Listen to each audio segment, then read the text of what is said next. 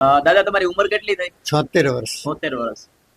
અહીંયા જ રહ્યો છો તમે? અહીંયા છે બાય બર્થ. પહેલાનો જમાનો કેવો હતો, અત્યારે શું લાગે છે તમને? પહેલામાં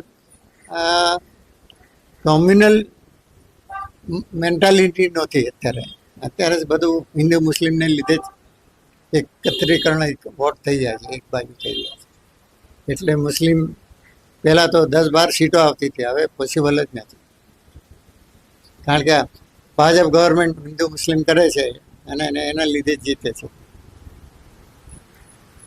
જેમ કે બહારના જે લોકો છે, અમે તો બધા લોકો સાથે મળતા હોય ફરતા હોય, બહારના લોકો છે જમાલપુર ફાળિયાનું નામ આવે એટલે દૂર ભાગે, પરંતુ અહીંની જે પરિસ્થિતિ છે એ જોતા જ નથી જોતા કોઈ નથી.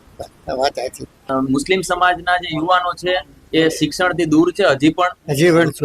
ખરી વાત છે. શિક્ષણથી દૂર છે, સ્વાસ્થ્યની પ્રોબ્લેમ છે અને રોજગારીની સમસ્યા છે.